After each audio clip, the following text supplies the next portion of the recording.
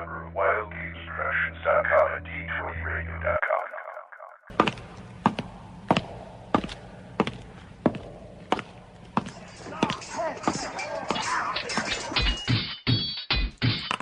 Roll for initiative.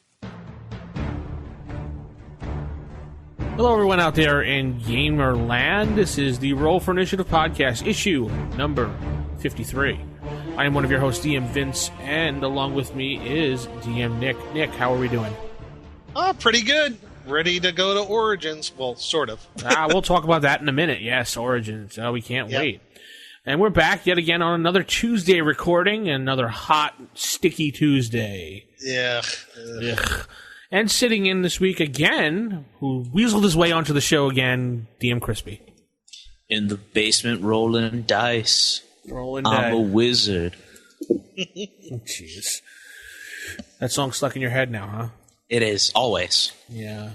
You want to look up that song, folks, called Rolling a D6. It's a really funny parody song of C6 by Far East Nation, I think it's called, or something like that. G6, yeah. G6, by, Far East Movement. Far East Movement, yeah, whatever. Which is a terrible song. Yeah, it's a terrible song, but the D6 the parody is very good. Yeah, even though they're playing the edition that shall not be named. It's got like a numeral in it. You know what? I was on our forum. Speaking of, let's talk about forums here. OSRgaming.org is our forums where we go to all the time, and Nick almost has 10 posts. I'm still waiting for him to get to the Big 10. Yeah, I know. Come on, Nick. I'm one of those people who lurk, and I only talk when I feel like I have anything really pertinent to say. I just don't just put out crap, you know? Yeah, that's true. Well, more and more people have been discovering the forums and noticing how calm and relaxed it is compared to other forums. Other places. Yes, other places. And they're enjoying it now. I mean, more and more people keep finding it and coming over, so we invite you to invite your friends to invite their friends. Yeah, it's a cool place, and I like that it's not just – it's everything, old school Renaissance, everything first edition, classic D&D, Castles and Crusades, Swords and Wizardry, Osric, I think. There's a forum. Yep. So any of those games that you're interested in and have some pretty good followings now, please go to osrgaming.org and check those forums out. And I think everyone would be very pleasantly surprised with what they see. Oh, yeah. There's even a forum for files. You can upload files, so if you want to share files with people, such as character sheets, or you have a new module you want to spread around, you can upload it into the forums, and then people can download it and rate it for you. Yay. Yay. But speaking about those forums, I was reading today, I think it was posted by FJW70, I think it was. I'm not sure sorry about that, but he was talking I know what you're talking about. Yeah, he was talking about a 5th edition. There was rumors about it already. I remember seeing that for like April Fools, but this might be a new thing. Yeah, there's some minor talk about 5th edition. Well, 4th's already been out for what, 3 years? 3 years, yep. Well, they say the life expectancy of a game now is 4 to 5 years, so. Cha-ching! Yeah, cha-ching is right. I'm just happy playing 1E in reverse. I'll be happy with that. So, Nick. Yes. Origins. What? What? What about, you're going to Origins, aren't you? Yes. Tell us about it. They put me on the spot. No. You said you wanted to talk about it. I can't handle the pressure. No, yes, I am. I'm getting ready to go to Origins here, which, as we're recording, starts officially tomorrow. And they've been doing that for, I think, a couple of years now. They've been starting Wednesdays. So it's a 5-day convention. Oh, wow. So, yeah. It's an official start on Wednesday, not like Gen Con with the unofficial start? Yeah, they had like an unofficial start thing on Wednesdays, but now, as of I think a couple of years ago, they have Wednesday. So 22nd all the way through this Sunday should be the 26th, I believe. And it looks really good. I'm in one first edition AD&D game with a guy off of on one forums. I was on his game last year, which was really cool. I think I talked about it once before that it was a historical thing that we all played various people from I don't know, I would say from history, but it was kind of a historical fiction thing. We had to go rescue Richard the Lionheart. So, yeah, and we all got our butts kicked. So, either way, it was fun. It was a nice change of pace, and sounds like what he's running this year is more of a traditional kind of dungeon crawl in to commemorate Gary Gygax in his memory. So I'm really looking forward to it. In fact, I got in just because I emailed him and said, your game's already full up, but can I come in and still bring like generic tokens? and he said, yeah, sure. I already had one other person ask. Sure, more than merry. I'm like, cool. So it'll be really fun. I'm not sure what else is going on. There's a few first edition games going on. I'd say maybe about 6, maybe 7 in the actual when you look it up on their website and you download their catalog. But who knows? There's always pickup games going on. So yeah, I have a feeling I'll be going to Origins next year instead of Gen Con next year, but who knows? Yeah, I recommend if anybody wants to do Gen Con, at least do it once. Yeah. At least say you've been to it, you've experienced it. But I like Origins because, well, where I live, it's close. It's not that far. It's still a pretty big convention to go to. It's very enjoyable. So, anyway, that's my thing. And also, just to let everybody know out there, I will be roaming around Origins. And I will see if I could get some interviews on there. So hopefully by the time this is up and out there, people will be listening and say, hey, I'm going to be there too. I want to get interviewed. So yeah. So I'm hope to find some other industry people. And if you folks are listening, some people like, I don't know, Larry Elmore, I don't know. I'll interview him. I'll interview a kobold. I mean, I'm sure it'd be interesting to get a take on things from a kobold. How about you? So yeah. We hate being beat up all the time. We just don't get it. So that's cool. Yeah, really looking forward to it. Plus, it's my friend Jeff. It's his last convention before he gets deployed to Afghanistan. Oh. So yeah, this is a big deal. So it'll be real fun. I wish him best of luck. Yeah, he'll be good. Definitely. He'll be all right. I told him, hey, when I was deployed, do 2 things. Remember where you're training, and don't do anything stupid. So don't do anything stupid. Okay. Yeah. Always good advice. Yes. I thought so. One veteran to another, that's why I said. So we're like 40-something days from Gen Con, and I'm just looking at the clock going, I wish that was just like 4 days. But 4 hours. No, I'd rather be 4 days, because if it was 4 hours, I'd be in trouble because I should be there by now. Good point. Yeah.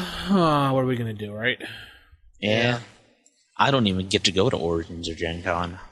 Why not? Because I'm poor, because I work at Borders. So what have you been doing, Crispy? I actually am, on Father's Day, last week, my roommate's sister graduated from high school. So on Father's Day, we all went over to my roommate's parents' house and had food, and we rolled up characters for the family D&D game. Oh, cool. So, yes, we're going to be playing Labyrinth Lord, and it's the first time that their parents have played since the 80s. Oh, yeah, you did mention it last time. Yeah. That's cool. So it's going to be pretty fun. But we got everyone's character rolled up, and I just need to talk to them about backstories and stuff like that. And hopefully it'll be good. You know what? I borrowed your idea. We're going to do a family D&D game. I thought you played with your kids. Yeah, I did, and it's been kind of in hiatus because of other things that they were doing. And I think since they got out of school, it'd be cool to do something like once a week with the kids. Invite maybe a couple of their friends down who would be interested. Even the wife said she's going to play again. I was just going to ask that. Like, yes, she said, "Yeah, I will." I'm like, heart attack. Oh, really? See, that's going to be good. That's going to be a lot of fun, probably. Like, yeah, it'll sit be down fun with the kids. Oh yeah, they enjoyed it before. We played rolled up characters for first edition, and then they had a blast. It was real fun, and so I'm hoping to get something solid going maybe after this coming weekend. So we'll see. Awesome. Well, what are we going to do, right? Continue with the show. I think we should get this podcast on the road. Should we? All right. Well, yeah, I think so. Like I said, it's like 45 days to Gen Con. I'm happy as heck to do this. And let's head into our first segment of the night. Typical. Of all the evil creatures in the world, I'd like to find one with table manners. What, are you kidding me? I spent years cultivating the worst table manners on the planet. Table manners. So we're in table manners now, and tonight we're going to talk a little. We're going to go back to what we were doing originally in the past, talking about classes. And a couple people requested how to play a ranger. How to play a ranger? Well, you put on the cool hat, mm-hmm. and you go and you try to keep those picnic baskets away from Yogi and Boo Boo. So Yogi, that was. I don't think Major Smith's gonna like this. Did you get the picnic basket right there? Okay. So, ranger. What separates a ranger from a regular fighter? Well, they can track. Mm-hmm. They're the woodsy type character. They can use more than one weapon at once. Well, fighter can do that too, but rangers are better at that than fighters. Yes. And they can cast magical spells at a higher level. True. Not magical spells. No, yes. Magical spells. My goodness. Well, what else would you call them? I don't know. Mystical spells? Arcane knowledge? Esoteric know-how? Yeah, right. So, Crispy, how would you play a ranger? Well, first thing I would do is I would throw off the shackles of my evil heritage, then climb out of my underground city and wield 2 scimitars. Yeah. And that's pretty much it. That's a new one. Yeah. No one's ever played that ranger before. That is a completely original character concept. Completely original, yes. Copyright 2011, Crispy Industries, LLC. You're a limited liability corporation? So Crispy's a limited liability corporation? That way people can't sue me. It is now. So the Ranger is an interesting class. It's less... I think it's a little less Aragorn and more Rambo. Yeah. That makes any sense. Like, when I think Ranger, I don't think, Ranger from Lord of the Rings. No. At least not in this edition. I don't know. With the spell casting and the... Yeah, sure, it's got the tracking, but, it's got extra damage against giant classes. Or your chosen foe. Is it your chosen foe? It's your chosen foe, yeah. I'm pretty sure about that, right? No. When fighting humanoid-type creatures, that's 3rd edition, is what you're thinking of. Yikes. Actually, that came out in 2nd. Was it 2nd? Yes. I'm not super, super familiar with 2nd. Like, I've played it a few times, but... So I don't really play a ranger that often because I always think of it as a munchkin class.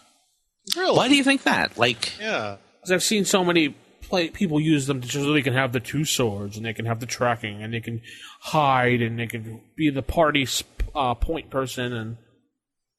I think rangers are cool. I think they're cool, too. You think they're underpowered? Yeah. Say what? I don't think they're underpowered. Like, yeah, I think they're a little bit more powerful than a fighter. But, I mean, you don't really get spells till 9th level. Yeah. Or, let's see, actually. Yeah, nice. I don't think they're... Where's that table? 8th level. Yeah, they start getting druidic spells at 8th and magic user spells at 9th. And as far as, like, getting the... There is quite a few things you need to qualify for the Be a Ranger. Definitely.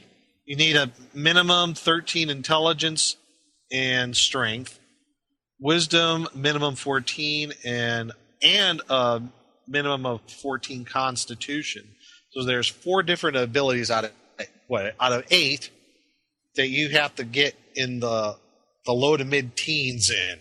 So, I mean, good luck, right? But still, it's not like trying to get that 17 or 18 charisma to be a paladin. So your odds the odds of rolling up a ranger are probably better than a paladin, I would think. Yeah. I could see people who are, I could see people who do qualify to be a ranger abusing it, though, because, I mean, you do get a lot of neat stuff, like especially the surprise bonuses. Yeah. Like you surprise 50% of the time. Yeah. I played a couple of rangers in my day. In fact, one of my favorite characters, he was a half elf ranger cleric, and no, I'm not going to do a whole character story, so don't worry. I'm not gonna bore everybody to tears. What did Tracy Hickman say, Nick? No character stories. Exactly. That's why I'm not going to do one. I'm just saying, I played them, and I don't think they have special abilities like some other subclasses have, like a paladin or a cavalier or a barbarian or what have you.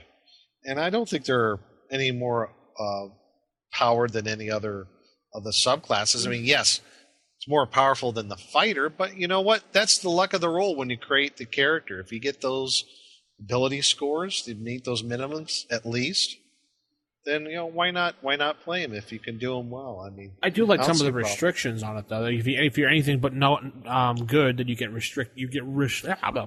stripped of all your paladin. Wow, ranger abilities. Right. Yeah, and that makes sense. And also the ranger, as I see him, I do see there is some Tolkien influence on this ranger class. With the tracking ability and the identifying of woodland creatures and the stuff like that. They're the scouts. They're the guys who live on the fringes of society. Now, I'm curious, for that one restriction, no more than, 3 can operate at one time?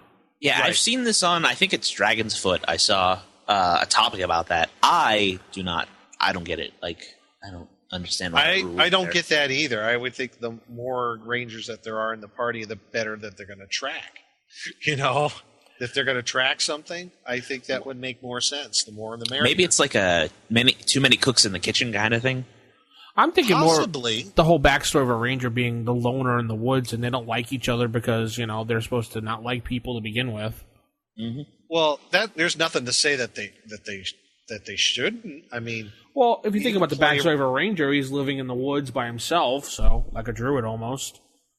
Yeah, but you can also have a ranger who is maybe isn't employed by a local lord, and he's and he periodically goes back to the lord's castle and reports on things that are going on in the hinterlands.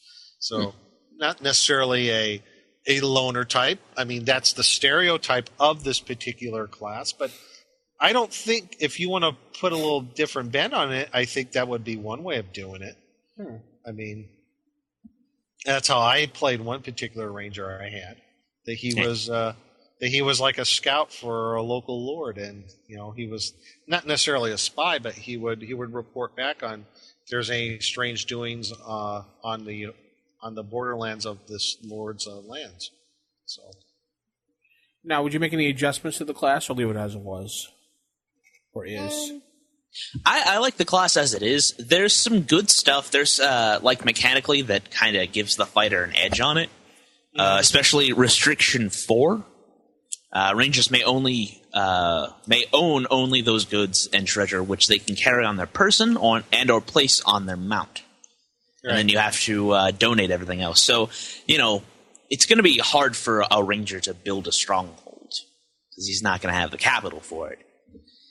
And then if you look, same page as that, attacks per round, rangers, they kind of they lose a little bit on the attacks per round. Yes. Compared to fighters and paladins, and they also have a lower hit die, but they do start with 2. They do start with 2, and that's in reflection that I guess they're a little more rugged as hardy individuals, a little more hardy. Hence, also going back why there's a minimum constitution score that you need for the class. One thing I would change, that this always was a head scratcher for me, what they define as giant class opponents. Yes. Kobolds. Kobolds? What? Really? And if you go into the Unearthed Arcana, Tasseloi, Varts, no. Bless you. They're not giant class creatures. Yeah, so it's the whole list is bugbears, ettins, giants, gnolls, goblins, hobgoblins. I would think kobolds. if it's 7 feet or higher, it's a giant class creature. If it's not, I could see no, that. Like it's not. gnolls, I could also see not being on there as well. But everything else, hobgoblins, ogres, ogre magi, and orcs and trolls. Yeah, I could see that being giant. I class. can't see those on there either. I would because I mean, ogres are huge though. Like an ogre. ogres, yes, ogres, Ogre magi, magi, all orcs the giants and giant kin. But bugbears, yeah, I could see that. Ettins, definitely. I don't see gibberlings. Gibberlings, grimlocks, no. If they're below a certain height, it's not a giant class creature. Hence, why are there giant? Why is kobolds on there? Why? And Why? goblins. And goblins. Yeah. I just kind of, if it's shorter than 7 feet tall, that's how I kind of define it. At least for me, that would be the thing I would change if I was going to run this. What if the kobold stands on a chair? But then it's going to be 5 feet tall. A kobold on stilts? Okay. There, yeah, kobold on stilts. Doesn't he be a giant creature? No, he's just a weenie kobold on stilts. Oh. I could see the logic of having those evil humanoids, but like I don't get why they put giant class. Like I'm all for rangers being able to fight kobolds and goblins better. Like sure, whatever. But like it's weird that they're listed as giant class. Giant class, yeah. Like why not just evil humanoids? Would that just Right. make the list too large then? Yeah, I mean, they got most of the evil humanoids on there anyway. Yeah. So Like I don't know get it. 3rd edition kind of I don't want to say simplified it with the favorite enemy. Yeah. But the monster types really kind of help to spread it out because, like, trolls are listed as giants, like they're giant type, Right. and so you I can take kinda like favorite the enemy giant. I kind of like the favored enemy idea myself. But if I was going to do the giant class thing, there would be a few I would definitely throw out. I would just like, that's not a giant class creature. I'm sorry. Tasseloi are not giants. They're not big. They're like jungle goblins. I mean, come on. Yeah, well, they can get on each other's shoulders, No. Oh, come on. Well, there's a scale going. 2 goblins is an orc, 2 orcs is a giant. So you do the division. No, 2 orcs make an ogre. Ah, that's true. And I 2 guess ogres make a giant. I would say ogre and a half. So what is So would make 4 giant. orcs would make a giant. So does 2 giants make a titan?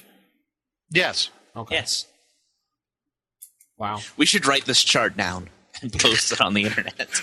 Yeah, there's one thing that AD&D does not have enough of. It's charts. Yeah. I know, we're getting some serious, like, complicated math going here. Like, No. Gary would My be head proud. hurt. Gary would be proud of us. Yes, he would. Or he's rolling in his grave. I don't know. Let's hope All right, he's now- proud. Vince, you had mentioned, like, wanting to change it. Like, what ways would you want to change it? Aside from, kobolds not being giant class. Well, I definitely get rid of the 2 hit die in the beginning because I don't think that's fair. Really? No, I don't really think that's fair at all. But would you still It's keep not them about as fairness, 8-sided it's hit about dice? Yeah, keep them as 8-sided hit dice. I don't see why they should have 2. I don't see why they should have more hit points than a fighter should have at first level, or the ability to have more than a fighter at first level. They I can should see not. that. But then, like, when you take the hit points down, if you just keep them at D8, they're going to be kind of squishy for a No. fighter type. Not really. Yeah, same hit die as a cleric. Yeah. And so what's he the would have to weapons and armor for a ranger? He can wear any armor. Yeah. See, that strikes me as weird. I would want to change that because, like, That when I was think changed in ranger, later editions too. yeah, Yeah, that was changed in You I think- think 3rd. Yeah, lightly armored scout is what I think of. Actually, I think again that was changed in second edition, where they can only the heavier the armor, the less tracking ability they will have. That makes sense because if you're walking around in plate mail, how are you going to be able to sneak around and track somebody? Right, unless it's magical plate. Yeah. Yeah. So, how can we make this better? I don't know. Shoot fire at it. Oh, wrong podcast. Never mind. Shoot a fireball at them. Pokemon. Yeah, Pokemon. Go to the Pokemon website and no, never mind. I think Pokemon Rangers is a thing. Like, I think that's actually a thing. Oh, now you have to die. Oh. Well, they had a whole marathon of Pokemon Black and White on the other day. Oh, don't go there. Please don't go there. La la la la. I am not listening. I figured you were watching it, Crispy. I don't have TV. Oh, that's right. What? Yeah. I don't need, I have the internet. What do I need TV for? Well, good point. Yep. All right, so let's just find out how you folks out there play a Ranger. Maybe you can go to the forums or osricgaming.org and post up how you play a Ranger. Or rfistaff@gmail.com, or you can call the hotline, which is... Hotline. Ugh, right in my eye. Oh, I forgot the hotline. 570... 290-728. No, that's our hotline. That's the other hotline, dummy. But you should call in to Save or Die and tell us what you think about Roll for Initiative. 570-865-4210, the hotline. Right in the eye again. Yeah, there you go. Then now leads into our next segment. You think I'm mad? Perhaps I am. What are you, a wizard, a genius? Darn. A perfectly good brain wasted. Game mechanics. Okay, next segment is game mechanics, and we're going to talk about something... 3 little paragraphs in the Dungeon Master Guide, but it's packed with a lot of information. Actions during combat and what you can do. It's in page 71 of the DMG. So basically, if you read through these 3 paragraphs, how Gary wrote it, he gives an example of what you could do in combat and as a DM, how you should basically use common sense and trying to figure out, how long particular actions take. The one he gives as example is of a player saying, I hurl oil at a monster, ignite it, drink my potion of invisibility, sneak up behind it, and stab it in the back. And then, I love this, he says, how ambitious indeed. But it brings up all these, but he brings up all these questions. Where's the oil? In a pouch, of course. So that takes at least 1, maybe possibly 2 segments. And looking for the potion, drinking it, sneaking up, all those require a certain amount of time. So, and he said, could it at least, what did he say? Take about a round or so.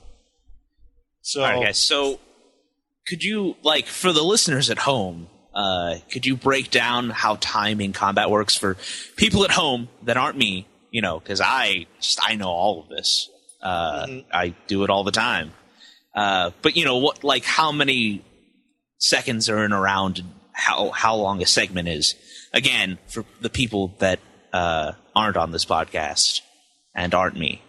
Well, what I do is, at least in my game, I think it's easiest to go with each round being 10 segments, and one segment is 6 seconds. So 1 minute rounds? 1 minute rounds. That's how I do it in my game. That's also a Hackmaster rule. Well, yeah. Nick? And Hackmaster? What? I go purely for the 6 segment, just like it's always been in the book. I mean... So each segment is 10 seconds? Yeah. You could go that way. And that would work too. I really don't keep track of segments that well. I mean, Chris, you played my game. Do we really keep track of segments that well? Nah, we play combat pretty much how I've always played combat in any edition. Right. And I think what Gary was going for here was he's saying basically use some common sense. Just figure out in your head what would take for about something to happen. What for, if you want to sneak up behind that ogre and backstab it, how long is that going to take your player to get the weapon out if he doesn't have it, sneak around in the shadows, and get behind him and backstab him? I mean... 3 seconds. Oh, sorry. It could take about, one round. Maybe 2. What if it takes 12 rounds? 12 rounds? Yeah. Then it takes 12 rounds. Oh, okay. I think another thing that we have to keep in mind when you do these things is people, I guess consistency, if you ruled upon something before, maybe people are, I know I've encountered this and I've seen it, where there are those people who are kind of like rules lawyers, and they say, "Oh, last time you said it only took 3 segments. Why is it taking 5 now?" So because you tripped over a rock. To them, you say, "That's a very good point." Roll dice. Oh, you've been hit by lightning. You could do that, sure.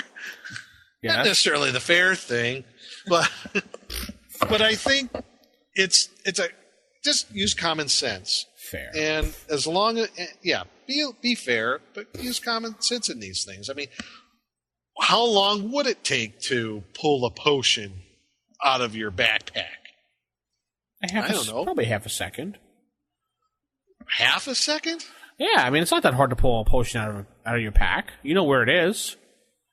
When you're going into battle. Sure, but it's on your back. You have to take it off, and you have to pull it out. No, if you prepare for battle the proper way, you'll know that your potions are within reach, and you prepare them in the backpack. So all you have to do is go whoop, and it's right out.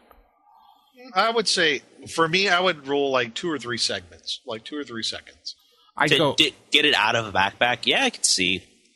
If a segment is 6 to 10 seconds, yeah, that sounds about right to me, at least. Oh, I guess if you're going to say segment, 1 segment, maybe 2. If you got to root around there. 1 segment done. Yeah, 6 seconds. Sure. Okay. Most actions could probably be done in a segment, like pulling out a potion or getting a scroll out of its scroll case. No. I don't play with those such complicated rules. I'm just do it, and that's it. Well, I know, but this is one of those things that some people might be concerned about during this is the actions during combat. So like a lot of things that you could do. I'll let players take out a potion and drink it as their move, and that's their only move. Okay, that's fair. Drop a sword, pull out a sword, that. Pick up a sword would be your full movement as it is. Because, you have to actually bend down, pick it up, and then get back up to your defensive position. I consider that like a full movement. See, yeah, like, some people would argue that, like, oh, no, picking up a sword is, that's easy, blah, blah. But picking up a sword in plate mail?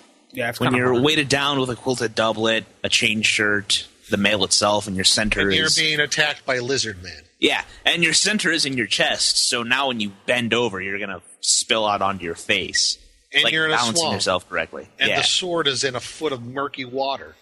Even just, like, with it, dropping a sword and then, like, if you're going to do segments, dropping it, like, picking up a sword in plate mail is probably going to take that 6 seconds.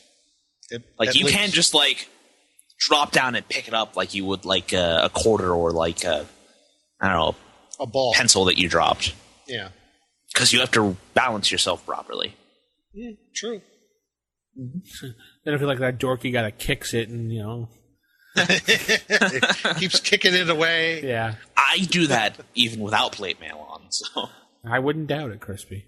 Impressive. Oh, well, thanks. You do that at Borders all the time, don't you? I do. Just drop a book, kick it. That's out of malice, but I make it look like it's an accident. One of the things I do is, like, when we were talking about combat and movement, one of the things I allow players to move at half their movement and still attack in the round. So you could do I think that's if there is a kind of a complicated combat, if we're using miniatures, for example. I'll say, you could do half your movement and attack. That's not a problem. I think that's kind of fair. I've done the 5-foot step, and then you can attack. Mm-hmm. If you really need to be. I mean, if it's something I don't know.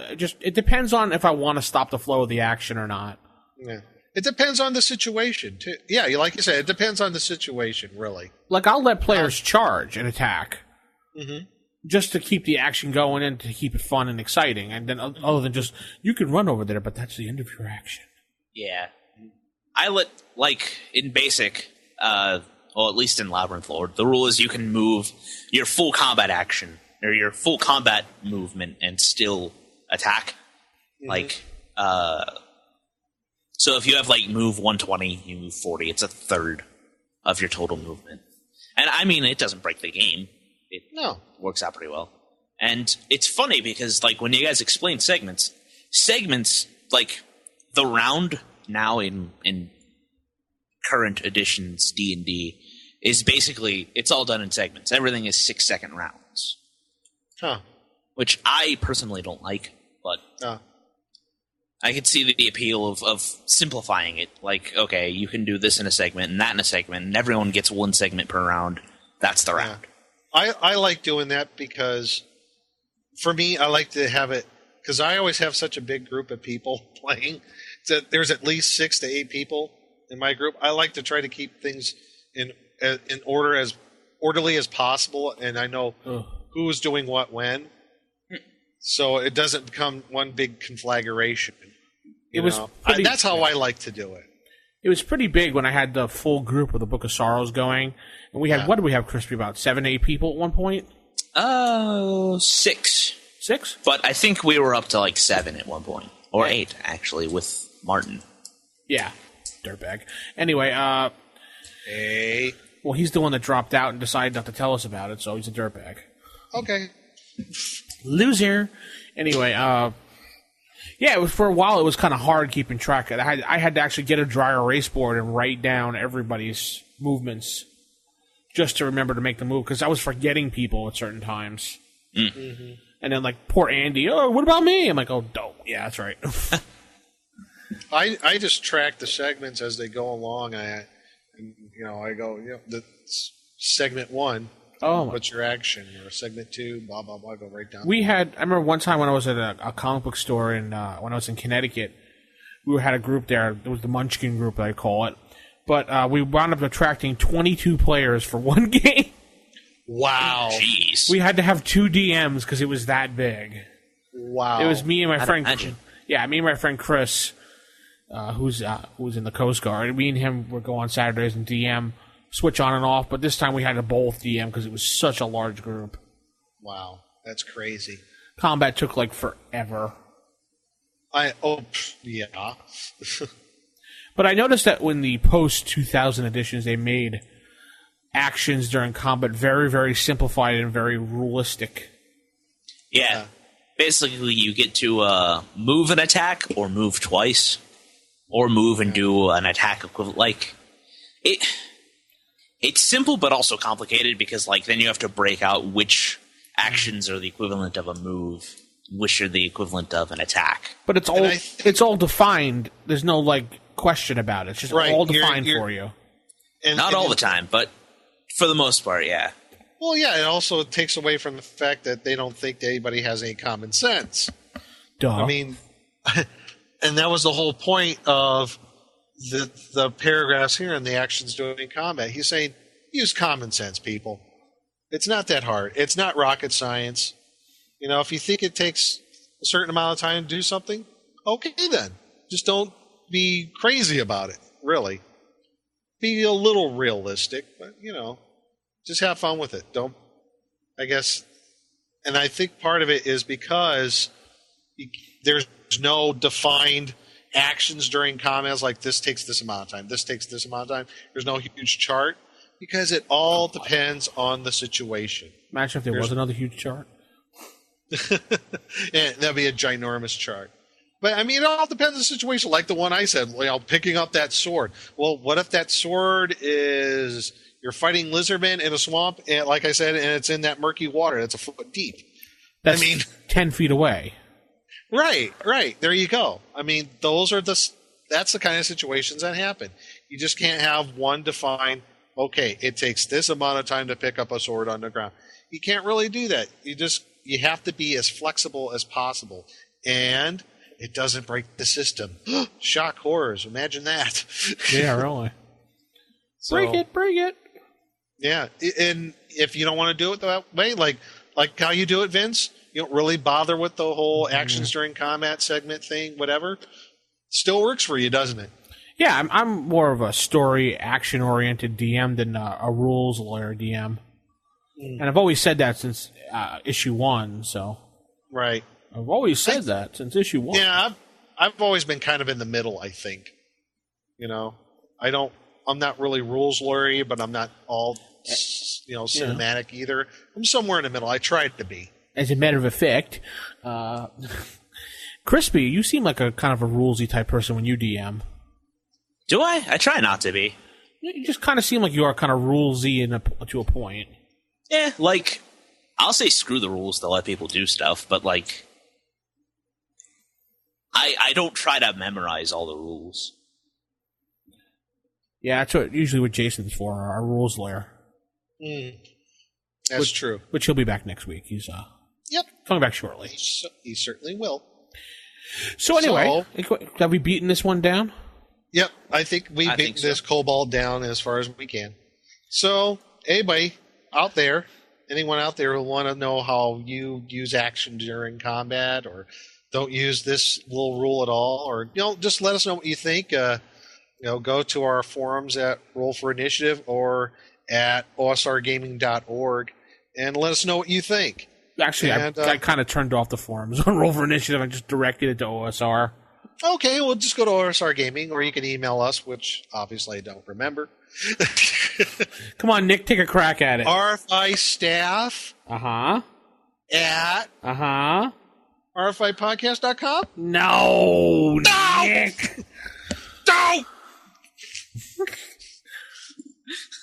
Take 2. I'm sorry. I forgot. RFI staff at gmail.com.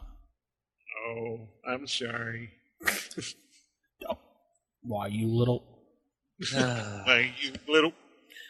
All right, so let's head into Creature Feature Theater.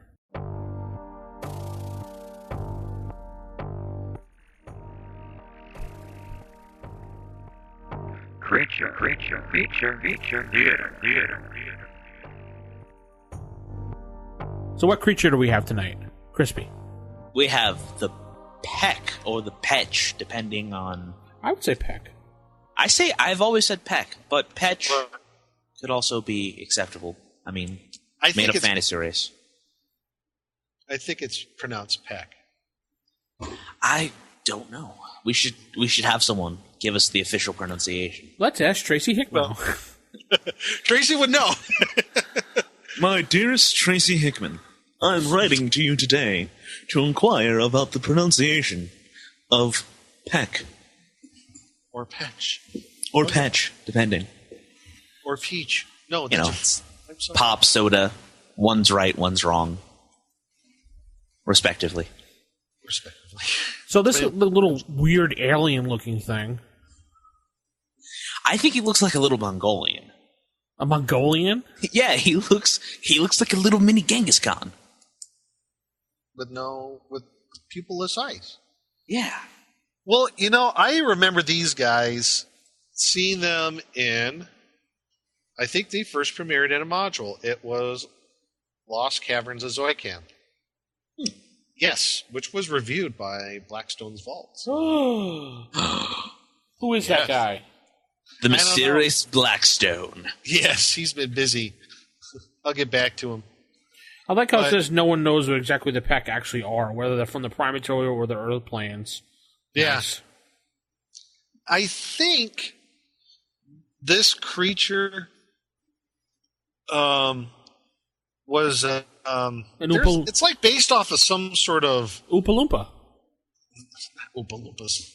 But it was based off of some other myth. I want to say Germanic or Nordic myth about kind of. I don't want to say like in relation to the dwarves, but I might be thinking of the Darrow. What do you get when you get on DM, Nick? No, sorry. Oh, God, stop it. I am on Wikipedia right now looking for pecs to see, like, what might be. Oh, yeah. The peck from mythology is a type of gnome-like creature in Scottish myth. Oh, okay, I was getting there. They were short of height, but extremely strong. In one fairy tale, an old blind peck is on his deathbed. He asks his sons if he can feel their arm muscles to feel how strong they've grown. His sons play a prank on him, giving him a metal cup instead of one son's arm. He snaps the metal cup in his fingers, shattering it, to the amazement of his sons. Even sick on his deathbed, he is stronger than his healthy young sons. Huh. So it's from Scotland. So yeah. It's pronounced Pech! So, that's great! Right. It's pronounced Pech! We were right. Great! So they could cast stone... God. They could I can't even say it. Stone shape. Yes. 4 times a day. I lost the page. And they cast, was it Wall of Stone? They were a 16th level magic user. Yeah. But they've cast it together. There has to be 4 or more of them to cast it. And 8 or more, they can cast stone to flesh. I guess, I don't know, they hold hands and chant. Oh, sorry. They're like Care Bear stare. Actually, out of their eyes. They're stare. Are they 4 apples tall?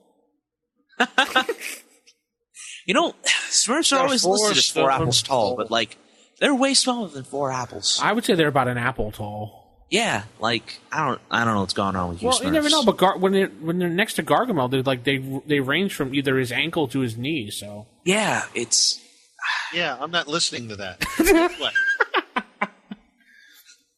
But these guys, rare, usually 5 to 20, appearing, armor class double in layer. Yeah, 4 hit dice, 5% in layer.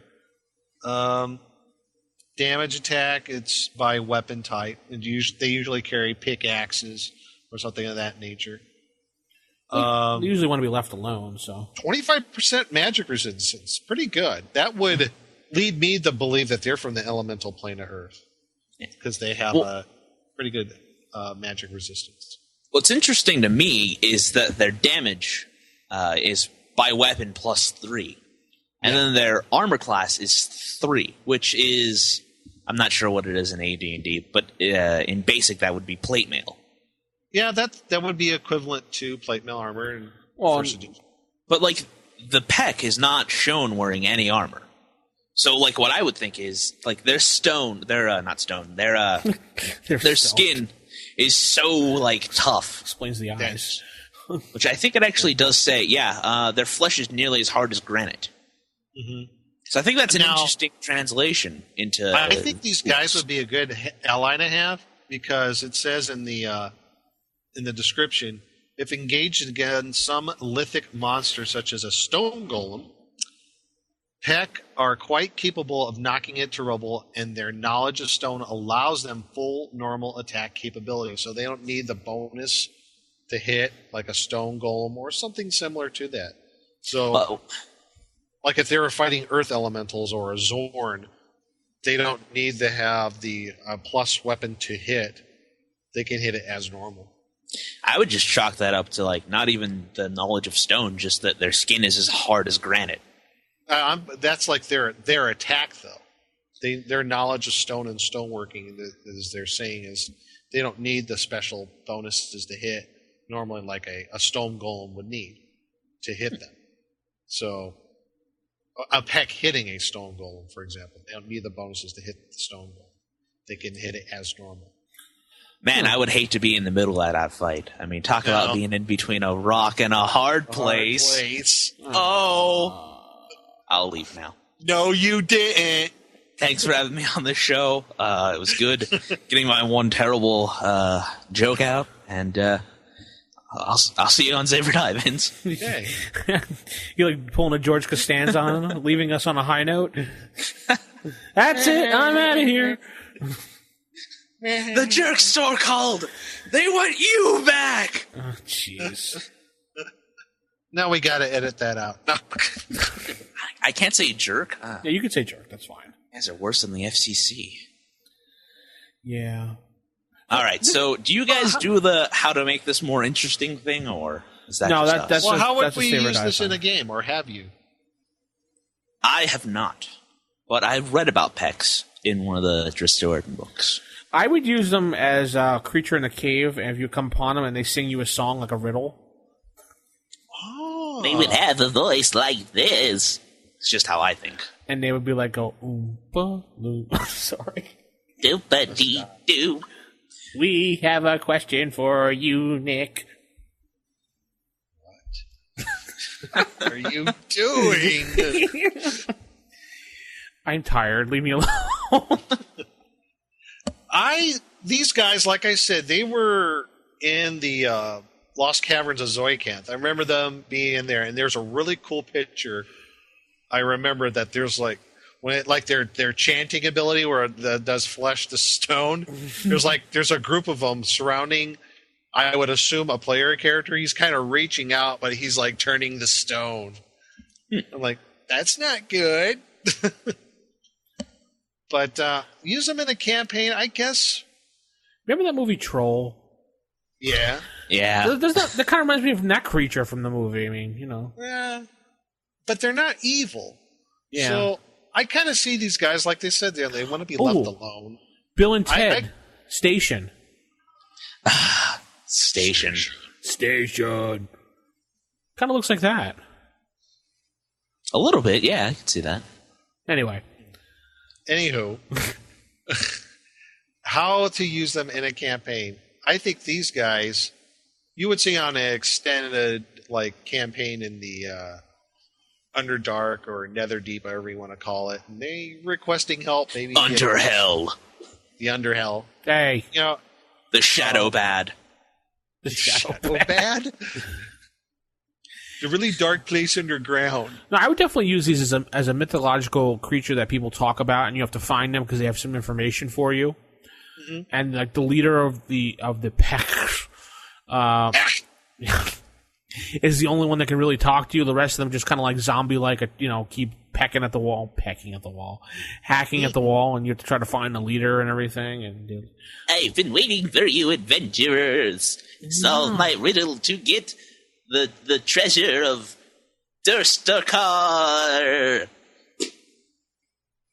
He sounds like he's a munchkin. That was he's only 4 feet tall. With a lollipop. Well, here's the thing: guild. just because they're 4 feet tall, I would give them deep voices just to be the opposite. Why, hey guys, let's go down. Like a Barry White voice? Welcome. More gravelly. Well, heck, please. Like Solid Snake. Colonel. Solid Snake. What? Metal Gear Solid. Wow, Crispy, you're reaching back. I am. Anyway. So Nick gets to be the serious one this week. Little guy? Vince or Crispy? I already said how I would use it. Crispy, how would you use this little Barry White creature? The cantina scene in Star Wars, he would just be the lead singer. All the aliens would be there. Now, I don't know, I guess meeting a lone peck in, the Underdark or something, because they're subterranean, aren't Come they? drink my Colt 45. You know what, though? Looking at the picture, I'm so I just sorry. realized what they look like. What? They look like the Amish. Wow, Nick, you just insulted the Amish. Are any of them listening? It could be. Well, they like to be left alone. And they like to do what they want to do, whatever they do. And they do what they want to do, play how they want to play. They have that kind of weird kind of goatee-looking thing. So they want to dance. The great thing about being on the internet is that you can insult the Amish all you want, and they'll never know. Well, what if somebody tells them that lives next door to them? Who? Hey, man, these guys are making fun of you on the internet. What is this internet you speak of? Yeah. So, I guess that wraps up the pack. Pack! This one's Scotland, so it's not crap.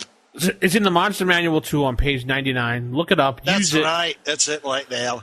Tell us how you would do it. Tell them if you want a deep voice, little munchkin voice, or, how you would use them. rfistaff@gmail.com. And we'll head into the Dragon's Horde.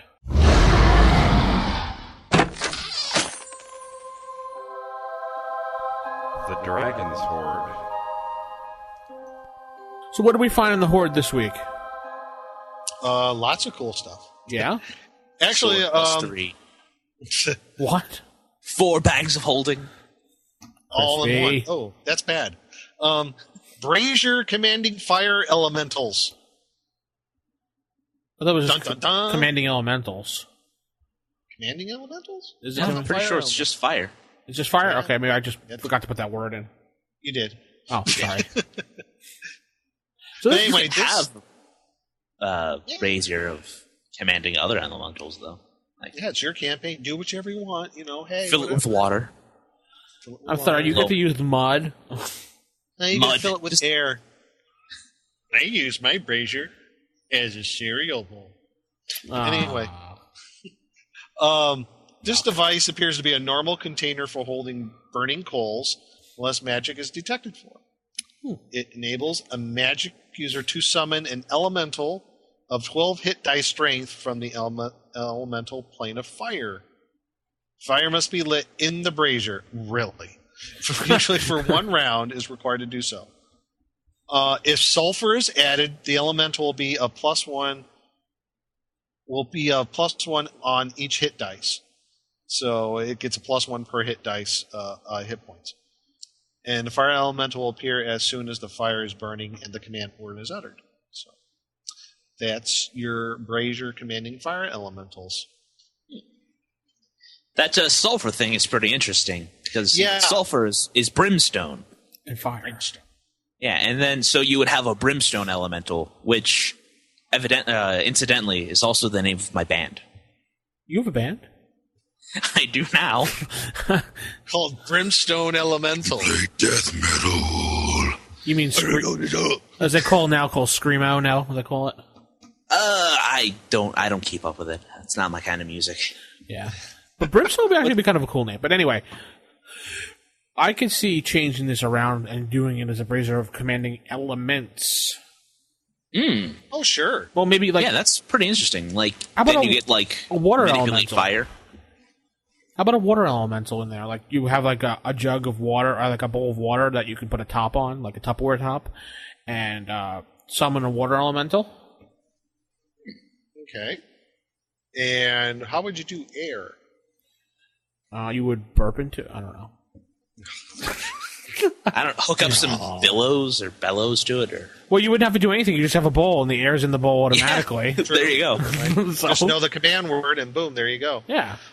Actually, you bring up another good thing about it. Not only could you do maybe a variant of this, just all different type of elementals. Obviously, a pretty high-powered magic item. If you could do all 4 of the common elements. Earth, wind, and oh, jeez, did I just do that? Earth, Wind, and Fire? Yeah. No, that's a band from the 70s and 80s. Oh, okay.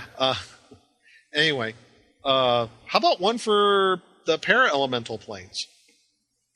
What about that? Magma and like magma, ooze, smoke? Yeah, why That'd be not? kind of cool, yeah. I can see a magma elemental. Like if you put like some volcanic rock and set it on fire, that'd be pretty cool. Or like the what was it? Isn't there ice as well? Ice is one of the quasi-elemental planes or something like that. Yeah, but how dangerous could a smoke elemental be? I don't know. Let's look it up in the Monster Manual too. I mean, really, I got a smoke elemental. Go away. They are in the Monster Manual too, which I do have. Oh my god, smoke. it's a strong gust of wind. There goes your elemental. Okay. Well, they can be of anywhere between 8, 12, and 16 hit dice. Ouch. Number attack special damage 2 to 16. +1 or better weapon to hit. So, yeah, but it's smoke. Well, you have air elementals too. So. But it's smoke. Hey man, smoking kills. Yeah, as that's apparently right. does smoke elementals. And does do 2 to 16 points of damage. Whoa, that's a lot. Yeah, I'm telling you, the para elementals. It's probably the weakest. Well, actually, ooze is the weakest, I would say. Aww. But yeah, I mean, it's right there in Monster Manual too. They armor class is what?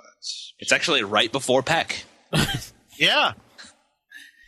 So would this be a questing item, or does it be a semi non-common item, just kind of one of those things you find? See, I would imagine like the big bad wizard would have one.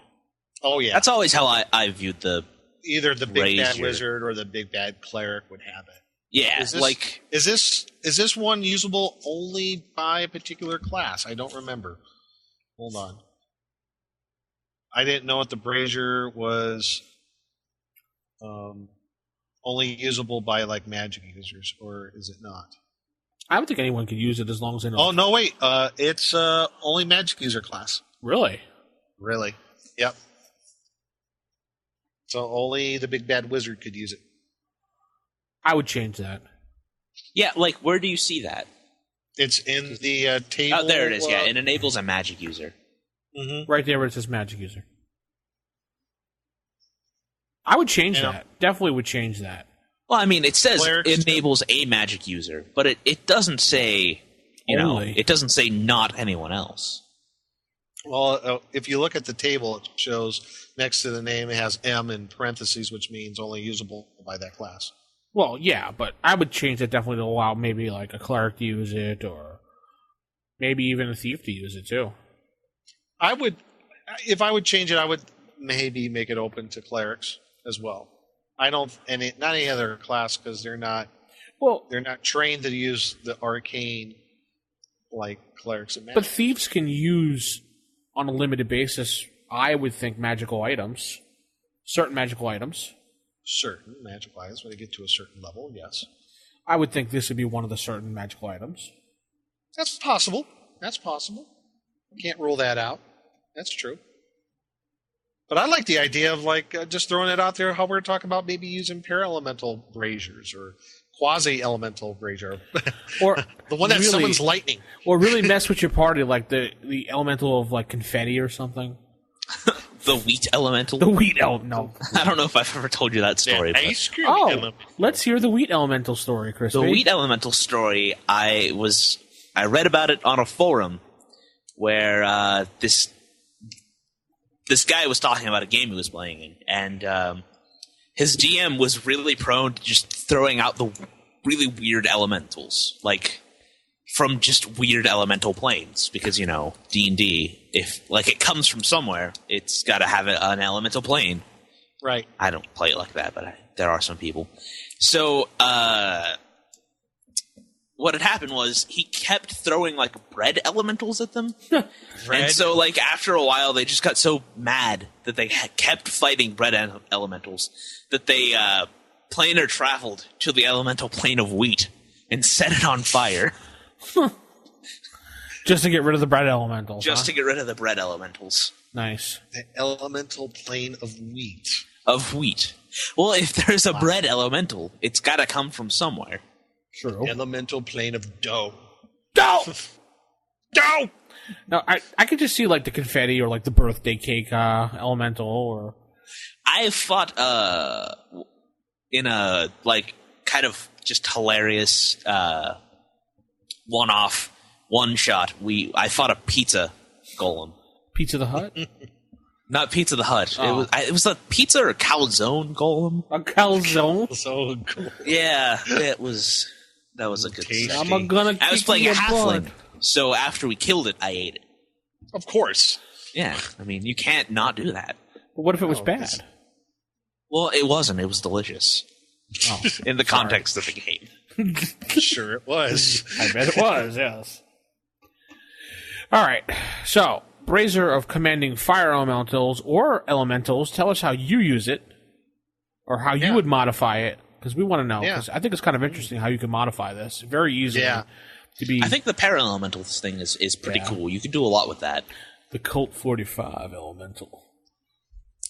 Elemental brazier of beer. Oh, that would be great.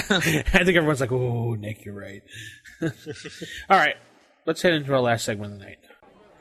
Ooh, one of those electronic voting dealies. So the 10-foot pole is back. Yay! With a vengeance. Oh. So Yippee-ki-yay. Hey. Yippee-ki-yay, Mama Jama. Shut the front door. Anyway. My word. The 10-foot poll this week is, how do you roll your initiative? We have D6, lowest side goes first, which I favor myself. D6 by the book, for those people that roll by the book. Or each player rolls a D6, and each group of monsters rolls the same thing. So you would get a bunch of rolls that way. Or a D10, which is obviously the wrong answer, but we'll put it in there anyway. How would you vote, Crispy, and why? Out of the options, D10, if I'm doing individual initiative. So you picked the wrong answer. Well, of course. But I actually do D6 in my basic games. I do D6, highest goes first. Because I don't use segments or anything like that. It's just you guys win that I rule. It's like Monopoly. I go for the D6 lowest first, as you've heard in my games. Mm-hmm. And, Nick? You don't want to know my answer. I know your answer is the wrong answer. Nick, your answer is the right answer. No. It purposely my says... answer is just my answer. It purposely says That's wrong all. answer next to it because it's wrong. But I gave it to you anyway. Oh, fine. Be that way. So go there, vote often, or as Jason does, vote more than once. I don't know how he manages to do that, but he does. Because he's the moderator? No. Oh. I don't know. He must have 2 accounts. I don't know. Ah. But go there, rfipodcast.com, and vote. Vote more than once. Vote every day, all the time. It's good times. And so that's going to end the show. Oh, what, Nick? Oh, before I forget, it's winning how many stars this week. Another thing, folks, if you can, go to iTunes if you're listening to the podcast and do, give us some stars, give us some feedback. Doesn't matter, good or bad. We read them all. We take them all in, and we just, we really appreciate any sort of feedback that we do get on iTunes. Yeah, of course. Nick reads everything. Yes, I do. But never posts. Yeah, but never posts. Duh. He just reads and silently now judges you. Unleashed. I'm going to have 100 posts and just say, I like pie. Don't do that. I'll ban you. Yeah, that's right. Oh, okay. Speaking of which, we do need moderators for the forum, so if you want to pop in there and apply for moderatorship, as long as you have an account with more than 5 posts, or 7 posts in Nick's chance. And you favor blunt weapons over sharp weapons for clerics. Okay, that's it. That's it. Well, it's like if clerics can use sharp weapons, why be a fighter? Exactly. Yeah. All right, we'll head out this week. Keep it original, keep it old school, and good night, everybody. Wait, before we go, can I just hear Nick say, ooh, one of those electronic voting dealies as Homer Simpson? One of those electronic voting dealies. Ooh, we forgot to ooh. Ooh. Yeah. All right, good. Better? Good. Good night, everybody. Good night.